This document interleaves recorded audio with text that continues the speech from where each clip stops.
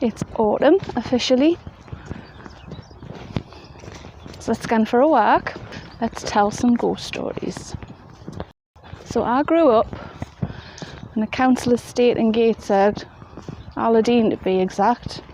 And I moved there when I was about 8 or 9 years old. Over the years, there would be a lot of spirits in the house. You would hear people talking when there was nobody in the house but yourself. You would hear people walking around, up and down the stairs, across the landing, in the loft, which was impossible because there were butterfly houses. You couldn't get anybody in the loft. I used to babysit my half-sister, and I was just about 13, 14 years old myself. The sitting room had a glass panelled door that would lead into the passageway up the stairs and then through into the kitchen. And the kitchen didn't have a door on, it just had these swinging saloon doors, which was the thing of the 80s. We would leave the passage light on at the bottom of the stairs. We'd hear the footsteps coming across my mother's bedroom, across the landing, down the stairs, and then you would see a shadow through the frosted panelling of the door going into the kitchen. Well, of course I would shout out, knowing fine well that I was alone in the house. And at that time my sister was like, what, 1 year old or something? So I would go out into the kitchen and there would be nobody there. The kitchen light wouldn't be on. There would be nothing. You got used to it. You got used to all these things. You got so used to all these things that when I had my friends round one day in my bedroom, I think I was about 13 or 14 years old. So let's do a Ouija board and find out who's there. What? So we did a Ouija board. We got into some sort of argument about something about it. And we were using a plastic cup from my sister's little tea set, and that literally picked up and threw against the wall. Unfortunately it didn't break because it was like a little plastic tea set thing made to withstand toddlers in them days. But yeah, we didn't close the circle or anything because we didn't know how to. We were too young. We just kind of packed things up and went, "I'll not bother with that one." My sister had through the gate. Hold on. My sister had an Ovaltine mug. An Ovaltine's like a malted drink, which is rather pleasant at bedtime. So my sister had an Ovaltine mug where if you held it up to the light, it would play the Ovaltine tune. So there's me, my mother, and my mother's friend Jill, and we're sitting in the sitting room. I don't know what we're talking about, but anyway, as always, the passage lights on and everything. I didn't hear any footsteps because I think we were just talking, we had music on, like really quietly in the background, and we saw the dark shadow at the door, the frosted glass door, and it went through into the kitchen. And I think it was about 10 minutes later or something, Jill turned around and she says, "Can you hear that song? What's that tune playing?" And we thought it was just off the music which was playing anyway. And we could hear the Ovaltine tune in the kitchen. So my mother got up and went through into the kitchen, switched the light on, and she just stood and went, she says, "Come here." So us two got up and ran into the kitchen.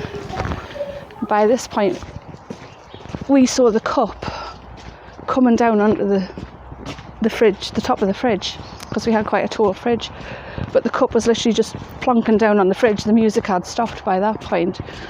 Now I know my mother wasn't anywhere near it. She just went up to it and just stood and went like that, and she says, "I'm telling you now, that cup was floating about a foot above the fridge, pointed at the light." And I believe that happened because the only way to activate the cup was when you were pointing it up to the light and drinking out of it. So it had to be tipped up, it had to be lifted and tipped up towards the light. Right, so back in the day what we used to do was we would tape our favourite songs off the radio onto our tape decks. And yeah, there was a knack to it. You had to make sure you weren't getting the DJ's voice on it. So you had to sit over it at the beginning and at the end of the song. 9 times out of 10, if you moved out the way or you'd be sidetracked on something and you'd end up catching the DJ's voice. So you'd have to stop it, rewind it back and get rid of it. So there's one day I'm sitting in my bedroom and I'm doing just that, and the DJ's voice comes on and I think, shit. So I stops it, rewinds it back, and plays it to see where I can get it right. And you can hear the music. The DJ's voice comes on, and over the top of that, quite loud as anything, is the word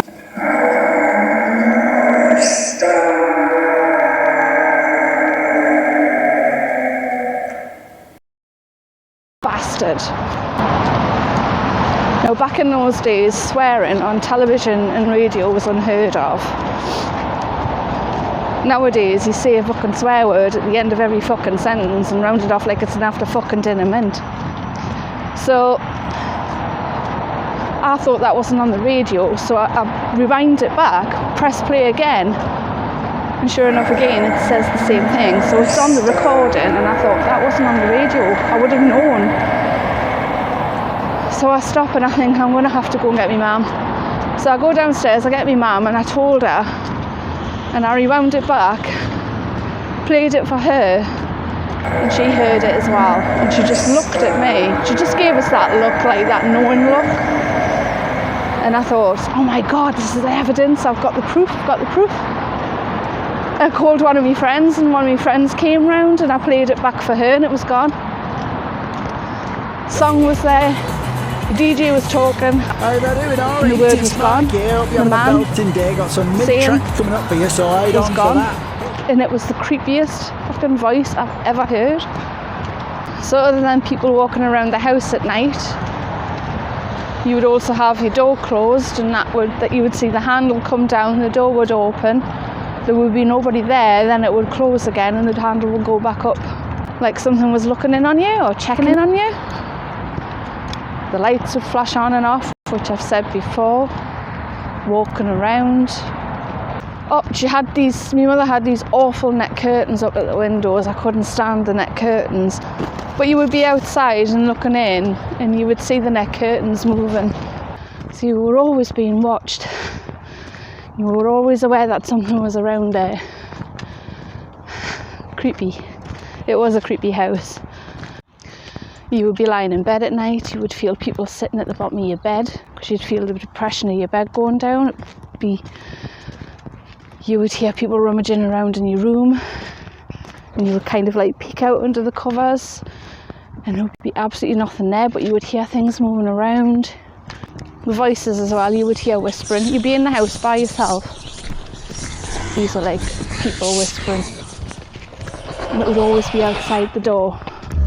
Thinking, I'm going to see it any minute now, and you would see the dark figure, the dark shape, and it wouldn't just be one, there would be more than one at a time as well. Sometimes you'd see one person and then another person, and you'd think, it's too new. It was a fucking weird house, it really was. I don't know who lives there now.